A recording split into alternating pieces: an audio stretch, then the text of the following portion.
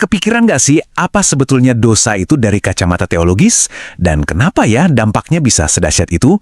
Hari ini kita akan bedah bareng-bareng sebuah kerangka pemikiran tentang kejatuhan manusia dan semua konsekuensinya. Oke, ini dia peta perjalanan kita. Pertama-tama, kita akan lihat gambaran awalnya yang sempurna. Lanjut, kita akan selami apa sih definisi dosa itu, terus kita bongkar berbagai bentuknya, cara kerjanya, dan akhirnya kita lihat akibat mengerikan yang ditimbulkannya. Nah, sebelum kita ngomongin apa yang salah, penting banget buat kita paham dulu gimana sih kondisi idealnya?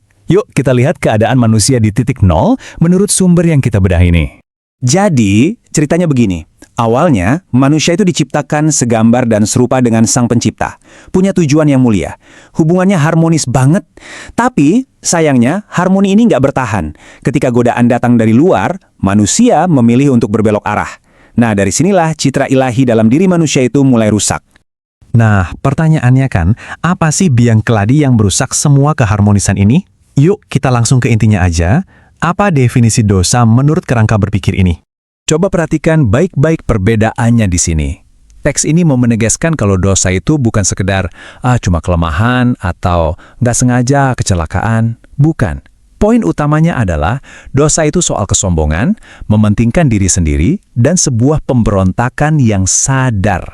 Dan konsep ini diperkuat oleh ayat kunci dari kitab Roma. Ayat ini menegaskan kalau ini tuh bukan masalah 1-2 orang aja, tapi sebuah kondisi universal yang dialami ya kita semua, seluruh umat manusia. Oke, kalau gitu sumbernya dari mana? Nah, menurut teks ini ada 2 akar masalahnya. Pertama, ini bermula dari pemberontakan kosmik, yaitu Lucifer melawan Tuhan. Dan kedua, ini soal pilihan yang muncul dari dalam hati manusia sendiri untuk berpaling. Eits, ternyata dosa itu nggak sesimpel kedengarannya. Untuk memahaminya lebih dalam, teks ini membedahnya menjadi 7 wajah yang beda-beda banget. Pakai istilah asli dari bahasa Ibrani dan Yunani. Keren kan? Yuk kita kupas satu-satu. Oke, yang pertama, cata atau hamartia. Gampangnya gini deh, bayangin seorang pemanah yang panahnya meleset dari target. Ini bukan soal niat jahat, tapi lebih ke kegagalan untuk mencapai tujuan mulia yang udah ditetapkan. Nah, kalau yang tadi tuh meleset, yang kedua ini afar atau parabasis. Levelnya udah beda. Ini adalah tindakan sadar melintasi batas. Udah tahu ada garis larangan, tapi sengaja dilangkahi. Istilah ketiga, afal atau adikia, ini ibaratnya kompas moral kita rusak. Kita jadi menyimpang dari jalan yang lurus, yang akhirnya membuat kita bertindak nggak adil. Keempat, pasya. Wah, kalau yang ini udah bukan lagi sekedar meleset atau nyebrang garis. Ini udah pemberontakan terang-terangan. Sebuah deklarasi perang langsung melawan otoritas Tuhan. Lanjut, yang kelima, syekuts atau toibah. Ini ngomongin perbuatan yang dianggap, ya, menjijikan banget di mata Tuhan.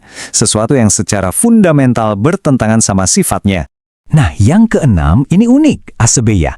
Ini bukan lagi soal perbuatan, tapi soal siapa kita di dalam.